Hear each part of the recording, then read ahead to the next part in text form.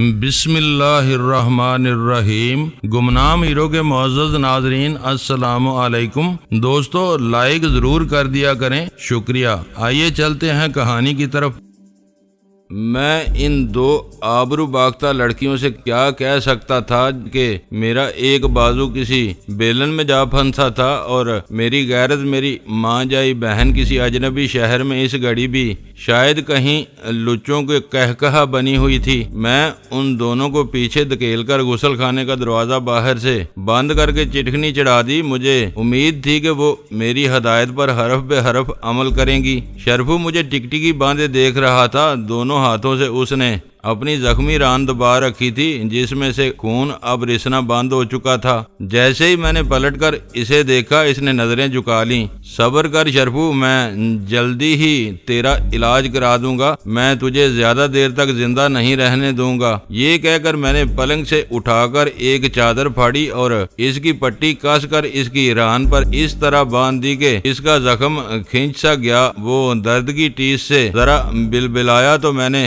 گرا ذرا نرم کر دی اور اسے گھسیٹ کر ایک کونے میں ڈال دیا۔ لیاقت سانس لے رہا تھا جیسے وہ نزع کے عالم میں ہو۔ میں نے اس کی نبض دیکھی تو مجھے اطمینان ہوا کہ وہ مر نہیں جائے گا۔ وہ جھٹکا سہ گیا تھا۔ کمرے کی ساری بتیاں بجھا کر میں نے اس کا دروازہ باہر سے بند کیا اور پھر پستول سیدھے ہاتھ میں لے کر مین گیٹ کے قریب اگی باڑ کے پاس جا ٹھہرا۔ مجھے امید تھی کہ ولایت علی وہاں ضرور آئے گا۔ میرا مغز نجو کے ایک فکرے نے الٹ دیا تھا۔ میری سمجھ میں نہیں آتا تھا کہ یہ سب کچھ کیسے ہو گیا۔ نجو نے کہا تھا کہ آبی کے دونوں ہاتھ کاٹ دیے گئے ہیں۔ یہ بات وہ بلا وجہ نہیں کہہ سکتا تھا، کوئی بڑا ثبوت ہوگا اس کے پاس۔ سہولت خان نے اسے جھانسا تو نہیں دیا ہوگا، مگر عین ممکن ہے کہ وہ مجھے اذیت پہنچانے کے لیے یہ خبر اڑا رہے ہوں۔ لیکن انہیں یہ احساس تو ہوگا کہ آبی کے بارے میں یہ خبر سن کر میں درندہ بن سکتا ہوں، 4 کھونٹ اس بستی کو آگ لگا سکتا ہوں،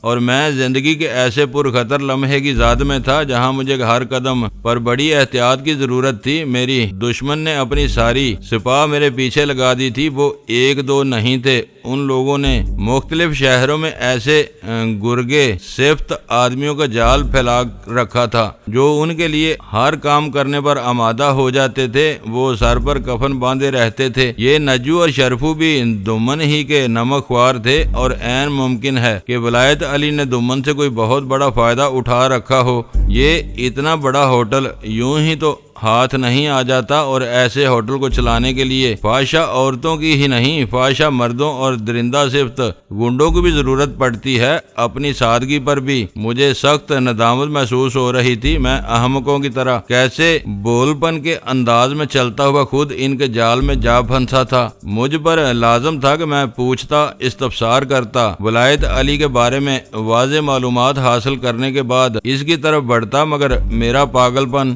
دیکھے میں آنکھیں بند کر کے اس کے کھودے ہوئے کنویں میں جا گرا کہ میرے زخم اب تک مجھے بے چین کیے ہوئے تھے، اور جوں وہ ٹھنڈے ہو رہے تھے ان کی ٹیسیں مجھے نڈال کیے دیتی تھیں۔ نجو کو پیٹی کے اس بھاری بھرکم بکسوئے نے میری کھال جگہ جگہ سے چاٹ لی تھی، مگر وہ لمحہ ان زخموں کی خاطرداری کا لمحہ تو نہیں تھا۔ میں ایک جاں بلب جیلانی کو عقوبت کے اس تند و تیز سیلاب سے بچا لایا تھا، اور وہی بہت کافی تھا۔ باڑ مجھے غیر محفوظ نظر آئی تو میں وہاں سے ہٹا اور گراج کے عقبی حصے میں جا ٹھہرا۔ چھت اس کی زیادہ اونچی نہیں تھی۔ میں نے چھپکلی کی طرح دیوار کی اینٹوں کی دردوں میں انگلیاں پھنسائیں، اور پھر زمین سے 3 فٹ اوپر اٹھ کر میں نے منڈیر پر ہاتھ ڈال دیا۔ چھت پر پہنچ کر میں خود کو زیادہ محفوظ سمجھ رہا تھا، اور وہاں سے میں لیٹ کر آنے والوں کو زیادہ بہتر طریقے سے گولی کی زد میں لا سکتا تھا۔ کوئی 10 ہی منٹ بعد ایک گاڑی دروازے پر آ رکی۔ ڈرائیور نے نیچے اتر کر دروازے کے اندر ہاتھ ڈال کر چٹکنی ہٹائی اور پھر گاڑی کو سٹارٹ کر کے اندر لے آیا۔ تب مجھے احساس ہوا کہ میں نے مورچہ ہی غلط جگہ پر بنایا تھا۔ گاڑی کو گراج میں ٹھہرانے کے بجائے وہ عمارت کے قریب لے گئے۔ گاڑی رکی تو وہ ولایت علی تیزی سے باہر نکلا۔ ڈرائیور بھی اس کے ساتھ ہی گاڑی سے نکل گیا۔ وہ جیسے ہی عمارت کے اندر گھسے میں گراج کی چھت پر سے نیچے کود گیا اور پنجوں پر بھاگتا ہوا گاڑی کے پاس جا پہنچا۔ وہ لوگ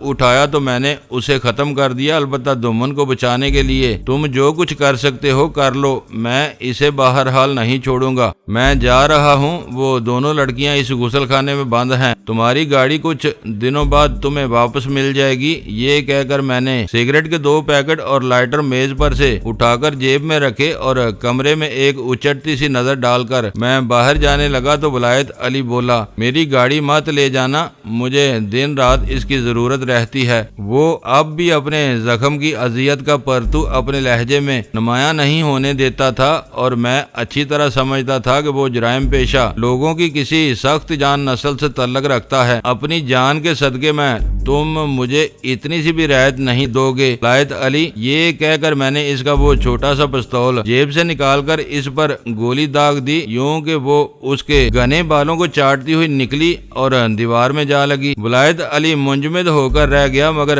جب اس نے جان لیا کہ میں نے محض اسے خوفزدہ کرنے کے لیے وہ گولی چلائی ہے جس کا دھماکہ خاصا خوفناک تھا، تو اس کے لبوں پر بڑی ہی رسیلی مسکراہٹ ابھر آئی۔ وہ بڑے شیریں لہجے میں بولا، ٹھیک ہے جیلانی، جا عیش کر، آج نہیں تو کل تمہیں مجھ پر سیدھی گولی چلانی پڑے گی۔ میں دمن کو ہر قیمت پر تمہارے وار سے بچاؤں گا۔ جا لے جا، یہ گاڑی میں نے تمہیں دے دی، میں اس کی چوری کی رپورٹ بھی درج نہیں کراؤں گا۔ یہ کہہ کر وہ قالین پر چت لیٹ گیا، زانوں اوپر اٹھا کر اس نے اب پتلون ران تک پیچھے کھینچ لی۔ مجھے معلوم تھا، اچھی طرح معلوم تھا کہ میری اس کارروائی نے اس کی جاکھن توڑ دی ہے۔ اس کا سارا منصوبہ تلپٹ ہو گیا تھا، ایک ایک کر کے اس کے سارے یار میں نے اس سے چھین لیے تھے۔ اس کا ہر کام الٹ پلٹ ہو کر رہ گیا تھا، مگر وہ اب بھی منجے ہوئے تلواریے کی طرح میرے سامنے جم کر کھڑا تھا۔ وہ ہار نہیں مان رہا تھا، اس نے صاف ہی کہہ دیا تھا کہ وہ دمن کو مجھ سے ہر قیمت پر بچا لے گا۔ اس کے تلڑ میں ایسی ہی کوئی شکتی تھی جو اسے منہدم ہونے سے بچا رہی تھی، ورنہ نجو کی موت کی خبر اسے رلا سکتی تھی، مگر اس نے ذرا سا بھی رد عمل ظاہر نہیں ہونے دیا۔ اس کے ماتھے پر شکن تک نہیں ابری تھی، یوں لگتا تھا جیسے وہ اپنے دل میں پہلے ہی سے کسی ایسے منظر کو آراستہ کیے بیٹھا تھا، اور اسے معلوم تھا کہ میں نے پلٹ کر اسے ڈس لیا تو ان کی حالت ایسی ہی ہو جائے گی، اور وہ جو اندر غسل خانے میں کھڑی تھیں اور جنہیں ان کی پیٹ کی آگ نے اس حال کو پہنچا دیا تھا، ان کے بارے میں بھی ولایت علی نے ایک لفظ نہیں کہا تھا۔ اس کی نظر میں ان کی وقت ہی کیا تھی، وہ جذبوں کی جاروب کشی کرتی تھیں اور بس، اس کے سوا ان کی حیثیت کچھ بھی نہیں تھی۔ ولایت کی دیدہ دلیری بھی مجھے حیران کرتی تھی۔ اس نے یہاں تک کہہ دیا تھا کہ وہ کار کا تعاقب نہیں کرے گا، پولیس کو میرے پیچھے نہیں لگائے گا، اور مجھے یقین ہے کہ اپنی جان بچانے کے لیے وہ یہ سب کچھ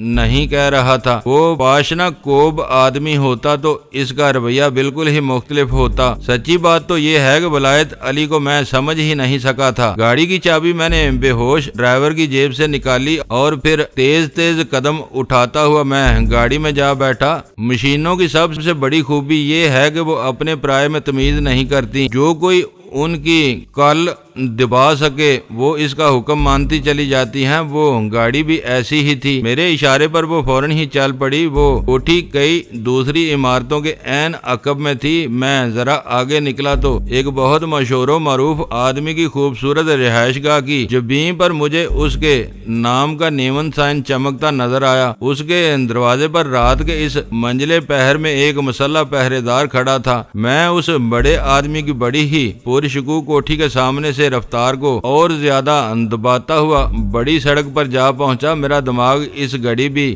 بہت زیادہ الجھا ہوا تھا۔ میں اگر اس پیر آباد کے چودھری رحمت علی کی تقدیر کا آخری المناک منظر دیکھنے کے لیے سودرا کی طرف نہ نکل جاتا تو شاید میرے پاؤں کسی صحیح سمت میں اٹھ جاتے، مگر ڈھلوں صاحب پر جو میں اندھا اعتماد رکھتا تھا وہ مجھے کسی اور طرف دیکھنے کی مہلت ہی نہیں دیتا تھا۔ سارے ہی دور مجھ پر سے گزر گئے تھے۔ میں تربون دیکھ چکا تھا، سورگ بھی، پرتھوی بھی اور پاتال بھی۔ اب شاید ایک مرگ ناگہانی ہی باقی رہ گئی تھی۔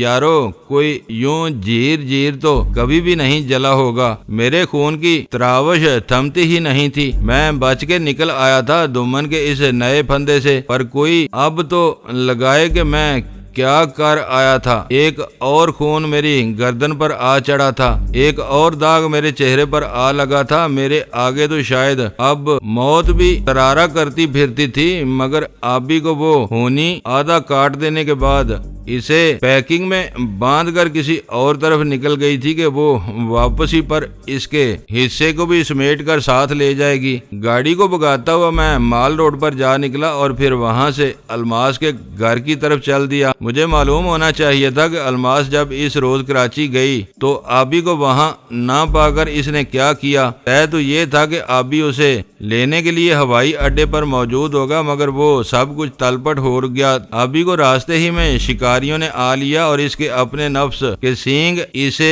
ایسی سخت جان جھاڑیوں میں پھنسا گئے تھے کہ وہ وہاں سے کوشش کے باوجود اپنی جان نہ چھڑا سکا تھا۔ رات آدھی گزر چکی تھی۔ میں نے گاڑی ایک درخت کے نیچے روک کر مکفل کر دی اور پھر گیٹ پر جا کر میں نے اس کے برقی بٹن پر انگلی رکھ دی۔ اس کی آواز کسی اندرونی حصے میں پہنچی تو صحیح، مگر مجھے وہاں کھڑے 10 منٹ گزر گئے، تب جا کر کہیں ایک منحنی سے اللہ مارے قسم کے آدمی کی مجھے صورت نظر آئی۔ وہ بنیان اور پجامہ پہنے ہوئے تھا۔ بڑی بیزاری کے عالم میں وہ منہ میں بڑبڑاتا ہوا گیٹ تک آیا اور اس کے آہنی روزن کو دوسری طرف سے کھول کر میری صورت دیکھتے ہوئے بڑے بنائے ہوئے لہجے میں بولا، کیا بات ہے بھائی، سحری تو ابھی بہت دور ہے، کیوں نیند خراب کرتے ہو لوگوں کی؟ اوئے، میں تجھے سحری کا ڈولچی نظر آتا ہوں، تو بات کس طرح کرتا ہے؟ میں مدام سے ملنا چاہتا ہوں۔ اچھا، میں سمجھا تم مسجد کے لیے چندہ مانگنے آئے ہو۔ کل ایک آدمی آپ کی شکل کا رات 2:30 بجے آ دھمکا تھا، بولا مسجد کے سارے بلب کو چرا کر لے گیا ہے،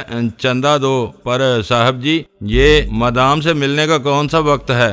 مہمان کا اور موت کا کوئی وقت نہیں ہوتا ہے بھائی جان۔ میرا ویر مدام سے ہاشم خان آیا ہے، اسلم آبی کا دوست۔ اوئے، میں مر جاواں، وہ جو مدام کا منگیتر ہے چودھری اسلم آبی، پہلے کیوں نہیں بتایا آپ نے؟ صاحب جی، مدام تو سواد گئی ہوئی ہیں۔ وہ کس لیے؟ وہ جی فلم بن رہی ہے نا، تیری میری مرضی، اس کی شوٹنگ کے لیے گئی ہوئی ہیں۔ ویسے یہ آپ کا گھر ہے، لیٹنا لوٹنا چاہیں تو میں سارے کمرے کھول دیتا ہوں۔ کیا بکتا ہے تو؟ اوئے، ہوش میں تو ہے نا؟ میں تجھے ڈاکو نظر آتا ہوں؟ کیا نام ہے تیرا؟ میرا نام تخت در ہے جی۔ پر میں نے یہ کب کہا ہے صاحب جی کہ میرا مطلب تھا کہ آرام کرنا چاہیں تو کر لیں۔ کب واپس آئیں گی وہ بھائی تخت در؟ کوئی پتہ نہیں ہے صاحب جی، جب بھی آ جائیں، یہ ان کا گھر ہے، چاہیں تو ساری عمر یہاں نہ آئیں۔ وہ بہت بہکا ہوا آدمی تھا۔ کیا مطلب ہے تیرا؟ مطلب یہ ہے جی کہ آدمی سب سے زیادہ ناقدری اپنے گھر کی کرتا ہے، میڈم بھی یہی کرتی ہیں، مجال ہے جو ٹک کر بیٹھ جائیں۔ اور نوکروں نے یہاں لوٹ مچا رکھی ہے، گیٹ کھول دوں آپ کے لیے؟ نہیں، میں جا رہا ہوں، ان سے کہہ دینا کہ ہاشم خان آیا تھا۔ یہ کہہ کر میں وہاں سے واپس ہو لیا۔ اس تخت دار نے میرا دماغ خراب کر دیا تھا، یوں چبا چبا کر باتیں کر رہا تھا کہ میرا جی چاہتا تھا کہ میں اس کا گلا گھونٹ دوں۔ الماس دور کہیں ادھر سوات چترال کے برف زاروں میں بیٹھی اپنی زلفیں سنوارتی ہوگی، جبکہ آبی پر کسی بند کمرے میں قیامت بیت رہی تھی۔ میں تڑپ کر کار میں بیٹھا اور اسی وقت سیدھا کامران ہوٹل کی طرف چل دیا۔ میرا سوٹ کیس وہیں دھرا تھا اس مسروقہ کار کے اندر جسے میں ہوٹل کے قریب چھوڑ آیا تھا۔ امید تو نہیں تھی کہ وہ کار اب تک وہاں ہوگی، مگر مجھے روپوں کی سخت ضرورت تھی اور میری جیب میں کوڑی تک موجود نہیں تھی۔ مگر جب میں وہاں پہنچا تو یہ دیکھ کر میری جان میں جان آ گئی کہ وہ کار ابھی تک وہیں کھڑی تھی، یوں کہ اس کے آگے پیچھے کئی کاریں موجود تھیں اور اسے وہاں سے نکال لینا آسان نہیں تھا۔ میں نے ولایت علی کی کار ایک کھلی جگہ پر روکی اور جیب سے چابی نکال کر میں نے عبداللہ اردلی سے چھینی ہوئی کار کا دروازہ کھولا۔ میرا سوٹ کیس ابھی تک وہیں پڑا تھا، جس کی وجہ یہ تھی کہ کاروں کی وہاں دن رات حفاظت ہوتی تھی، مگر اس بات کا علم مجھے اس وقت ہوا جب میں کار کو دوبارہ مکفل کر کے مڑا۔ ایک آدمی دوسری طرف سے میری طرف لپکتا ہوا آیا اور بولا، کیا بات ہے بابو جی، آپ کہیں باہر چلے گئے تھے؟ ہاں یار، مگر تمہیں کیسے پتا چلا کہ میں باہر چلا گیا تھا، کار یہاں کھڑی کر کے آپ دوبارہ ادھر نہیں آئے، آپ نے ٹوکن بھی نہیں لیا تھا، اس لیے پوچھ رہا ہوں۔ اچھا تو یہ بات ہے، ٹوکن اب دے دو، مگر یہ کار ابھی یہاں رہے گی، میں کل شام کو آؤں گا۔ بہت اچھا بابو جی، یہ لیں، یہ رکھ لیں۔ اس نے مجھے ایک چھوٹی سی رسید کاٹ کر دے دی، اسے میں نے جیب میں رکھا اور ولایت علی کی گاڑی میں بیٹھ کر میں وہاں سے نکل کر سیدھا چوگوٹ کی طرف چل دیا۔ مجھے امید تھی کہ ڈھلو صاحب اس وقت تک وہاں پہنچ چکے ہوں گے، میں ان سے مل کر آبی کے بارے میں تمام حالات معلوم کرنا چاہتا تھا۔ جب میں کار کی تیز دھار روشنیوں سے اندھیرے کو کاٹتا ہوا چوگوٹ پہنچا تو اس وقت بھی صبح کی اذان فضا میں ابھر رہی تھی۔ یہ حالات کی عجب ستم ظریفی تھی کہ وہ راستے میرے گلے کا پھندا ہی بن گئے تھے جن پر میں نے پہلے روز قدم رکھا۔ میرا وہ اذیت ناک سفر ختم ہونے ہی نہیں آتا تھا، وہ بڑی منحوس گڑی تھی۔ جب میں نے اس ٹیکسی میں قدم رکھا جس کے ڈرائیور نے مجھ سے پوچھا تھا کہ آپ کی طبیعت تو ٹھیک ہے نا، کوئی نشے پانی کا قصہ تو نہیں ہے بابو جی، اس کی چھٹی حص نے اسے صحیح بات سمجھا دی تھی۔ میں اس رات واقعی اپنے آپ میں نہیں تھا، میں پاگل ہو چکا تھا، ایسا پاگل جو بڑھتے بڑھتے رائے کا قاتل بن گیا، ایسا قاتل جس کے لیے دنیا کے کسی قانون میں کوئی معافی نہیں، کوئی گنجائش نہیں، جو اپنی ہر ناکامی کو تقدیر کا جبر سمجھ کر اپنی راہ چلتا رہتا ہے۔ جب میں نے حویلی کے سامنے کار روکی تو اس کے بریکوں پر میرا دباؤ اتنا سخت تھا کہ گاڑی اس ستم پر چیخ اٹھی۔ اس کا شور سن کر ڈھلو صاحب کی حویلی میں سے 2-3 ملازمین باہر آ گئے، ان میں برکت بھی شامل تھا۔ وہ مجھے دیکھ کر خوش ہو کر بولا، اچھا ہوا خان جی آپ آ گئے،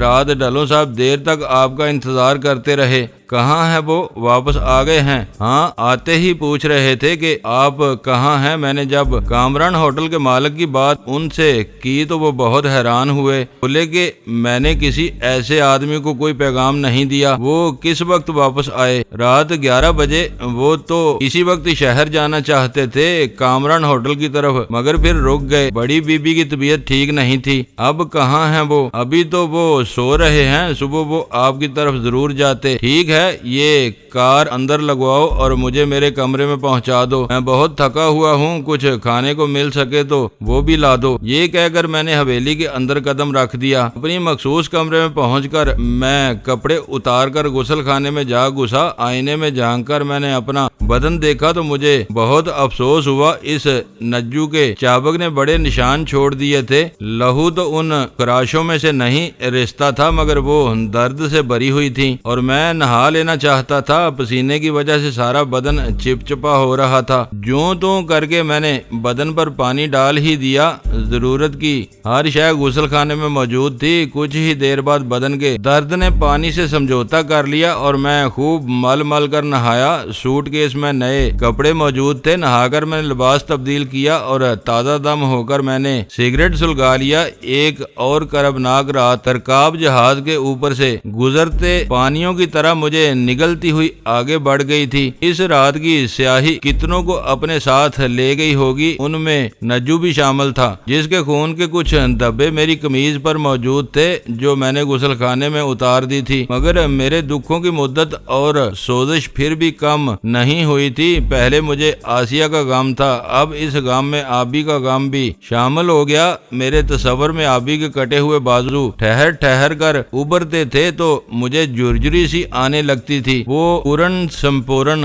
آبی اپنی اس پور شکستگی کے ساتھ کیسے جی رہا ہوگا؟ اگر نجو کی خبر درست تھی تو پھر تو ہم کہیں کے بھی نہیں رہ گئے تھے۔ تمن نے مجھ سے بدترین انتقام لے لیا تھا، میرے دل کے ایک اور نازک مقام پر اس نے ناخن مار دیا تھا۔ اس جراحت سے تو ہم کبھی بھی صحت مند نہیں ہو سکتے تھے۔ کاش وہ ترمزی ہماری حراست سے بھاگ نہ سکتا، اے کاش، مگر کوئی پانی کو چھلنی میں کہاں روک سکا ہے۔ ہم تو سوچتے ہی رہ گئے اور دشمن کا وار ہم پر چل گیا، یوں کہ ہمیں اپنی ذات پر جو یقین ایمان تھا وہ بھی ہم سے اب چھن گیا۔ کتنی ہی دیر تک میں ڈھلو صاحب کے اس مہمان خانے میں بیٹھا خود سے الجھتا رہا۔ میرے خشک پوال میں جو آگ لگی تھی وہ کسی طرح بجھ ہی نہیں پاتی تھی۔ اتنے میں برکت میرے لیے کھانا لے آیا۔ وہ سحری کا سامان تھا مگر میں اسے روزے کی نیت سے تو نہیں دیکھتا تھا۔ اس کھانے کی خوبی یہ تھی کہ وہ انسان پر سارا دن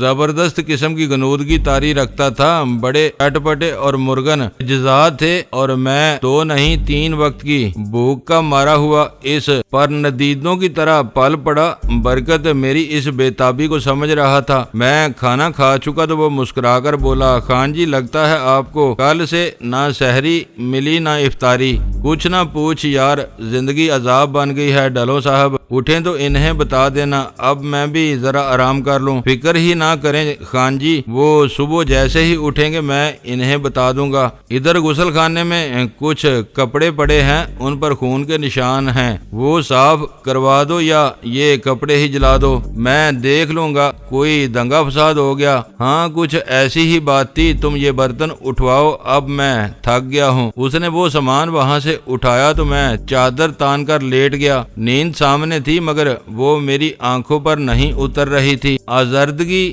ماندگی اور بے درو بے گھر ہونے کا احساس نے اس رات مجھے نڈال کر رکھا تھا۔ میرے جیسے تاریک راہوں کے مسافر یوں ہی زندگی بسر کرتے ہیں، خود سے خائف اور دنیا سے بھی۔ ان کا حال اس درندے ایسا ہوتا ہے جو دوسروں کے گوشت پر پلتا تو ہے مگر ذرا سے کھٹکے پر وہ اپنی جگہ سے اچھل جاتا ہے کہ اپنی جان کے زیاں کا خوف اسے بھی ہما وقت بے چین کیے رہتا ہے۔ رت بدل رہی تھی، بادوں کا آخر تھا۔ ایک اور گرما میرے اوپر سے گزر گیا تھا، وہ ساون بادوں پنجاب میں بہت برسے تھے۔ ندی نالوں میں توگیانیاں بھی آئی تھیں، دریا بفرے نظر آتے تھے۔ وہ زمین کے جھلسے ہوئے چہرے کے سارے داغ ابے دھوتے چلے جاتے تھے۔ اپنے بہاؤ میں وہ نئی مٹی بھی لائے تھے، دھرتی کی وہ انگ سے سنوار رہے تھے۔ ہریالی پھر عود کار آئی تھی اور یہ دنیا زیادہ نکھری نظر آتی تھی۔ آسمان کے چہرے کی دھول دھل گئی تھی، راتیں بالخصوص ان کا پچھلا لہلہاتی بہشتوں ایسے سکون کا نقیب حصہ زیادہ خنک ہو گیا تھا مگر میں جن ویرانیوں کا شکار تھا وہ کم ہونے میں نہیں آتی تھی۔ لگتا تھا میرے حوصلے کی انی ٹوٹتی جا رہی ہے۔ آبی کی اس ٹھوکر نے مجھے بھی اوندے منہ گرا دیا تھا اور اب وہ دمن، وہ میرا ازلی ابدی دشمن اپنے سارے ہتھیار سکیل کر کے میرے تعاقب میں لگ گیا تھا۔ کاش میں نے اس روز ان سب کو گولی مار دی ہوتی۔ میں اس لمحے کے زیاں پر جتنا ماتم کرتا کم تھا مگر وہ تو میرے ہاتھ سے نکل چکا تھا۔ وہ عالیہ دمن کو برابر میرے خلاف اکسا رہی ہوگی، اس کی آنکھوں کی وہ نفرت انگیز آگ مجھے ابھی تک یاد تھی اور وہ لوگ مجھ پر تکان کا داؤ آزما رہے تھے، مجھے وہ تھکا کر مار دینا چاہتے تھے۔ ہانکے میں شکاری بھی یہی کرتے ہیں، وہ جانور کو آگ کر اس پر سیدھی گولی نہیں چلاتے، مختلف سمتوں سے اس کے پیچھے لگ کر اسے اتنا بگاتے ہیں کہ وہ جانور جہتوں کے احساس سے عاری ہو جاتا ہے۔ اسے یہ بھی یاد نہیں رہتا کہ اس کی کھو کہاں ہے، وہ کون سی گھاٹی ہے جس کی اوٹ اسے بچا سکتی ہے۔ دمن بھی میرے ساتھ اب یہی سلوک کر رہا تھا۔ میرے فرشتوں کو بھی خبر نہ تھی کہ لاہور میں اس نے اپنا ایک مضبوط گروہ تیار کر رکھا ہے۔ اب میں ایسا لکنجن کہاں سے لاتا کہ جسے آنکھوں میں لگا کر ان سب سے خود کو مخفی کر لیتا۔ مجھے تو بہرحال زمین کے اوپر ہی رہنا تھا۔ آسیہ بھی چلم میں رکھی گٹک ہو کر رہ گئی تھی اور میں سلفے کی طرح حالات کے ایک ہی کش میں جل کر راکھ ہو گیا تھا۔ بہن بھائی کی تقدیر ایسی بھی ہو سکتی ہے، یہ تو میں سوچ بھی نہیں سکتا تھا۔ میں ان دنوں شاید خود ترسی میں مبتلا ہو گیا تھا۔ کاش میں خدا ترسی سے بہراور ہو جاتا۔ انہی کالی سوچوں میں ڈوبے مجھے نیند آ گئی۔ جب میری آنکھ کھلی تو دروازے پر دستک ہو رہی تھی اور اس کے شفاف شیشوں میں سے مجھے ڈلو صاحب برآمدے میں کھڑے نظر آ رہے تھے۔ میں اچھل کر بستر سے نکلا اور خود کو سنبھالتا ہوا دروازے تک جا پہنچا۔ ڈلو صاحب مجھے سامنے دیکھ کر مسکرا دیے، بڑے اتفاق سے بولے، کیف حالک یا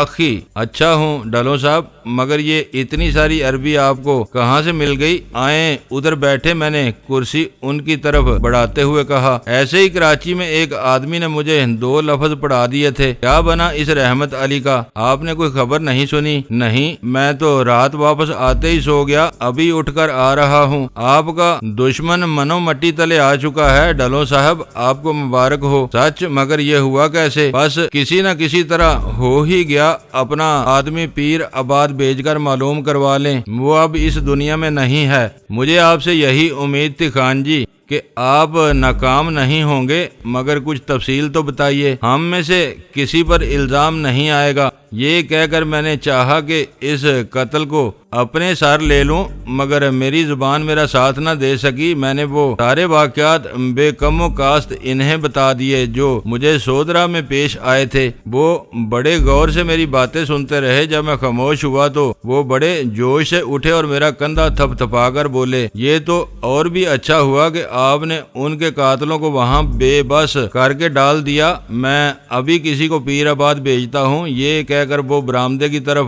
بڑھے تو عین اس وقت برکت کندھے پر 2 نالی بندوق لٹکائے احاطے میں داخل ہوا۔ اسے دیکھتے ہی ڈھلو صاحب بولے، اوے برکت علی، حکمت کو پیر آباد بھیج دے، اسے کہہ کہ وہ رحمت علی کے بارے میں تازہ ترین خبر لے کر فوراً واپس آئے۔ میں نے سنا ہے کہ اسے کسی نے قتل کر دیا ہے، ادھر سودرا میں اس کی لاش واپس آئی ہوگی، حکمت سے کہہ وہ ساری باتیں معلوم کر کے مجھے بتائے۔ بہت اچھا سرکار، میں ابھی اسے پیر آباد بھیجتا ہوں۔ یہ کہہ کر برکت علی انہی قدموں واپس چلا گیا۔ جب ڈھلو صاحب دوبارہ کرسی پر بیٹھے تو ان کا چہرہ خوشی سے تمتما رہا تھا۔ میری طرف سگریٹ بڑھا کر بولے، میرے لیے یہ آج کی سب سے بڑی خوشخبری ہے، ابھی کے بارے میں آپ نے کچھ نہیں بتایا۔ ہاں، وہاں سے تو خان جی میں خجل خوار ہو کر آ گیا، اسے تو اسی شام کسی آدمی نے ضمانت پر رہا کروا لیا تھا۔ کون آدمی تھا وہ؟ اس کے بارے میں تو معلوم کیا ہوگا آپ نے؟ مجھے یہ بتایا گیا ہے کہ آبی کو اس کے کسی مہربان ظہیر احمد نے اپنی ضمانت پر رہا کروا لیا تھا۔ یہ کہہ کر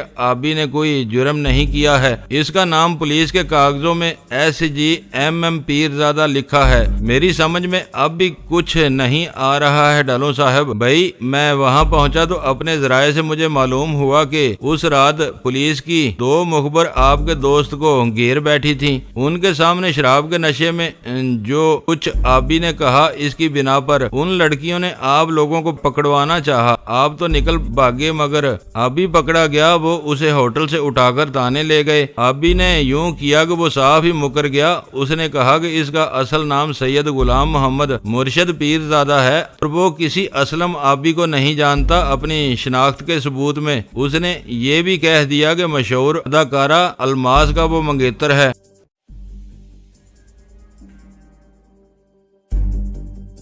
دوستو ویڈیو کو لائک ضرور کر دیا کریں۔ ISI پاک آرمی زندہ باد، پاکستان پائندہ باد۔ معزز ناظرین، اپنا خیال رکھیے گا اور اپنے اس چینل کا بھی شکریہ۔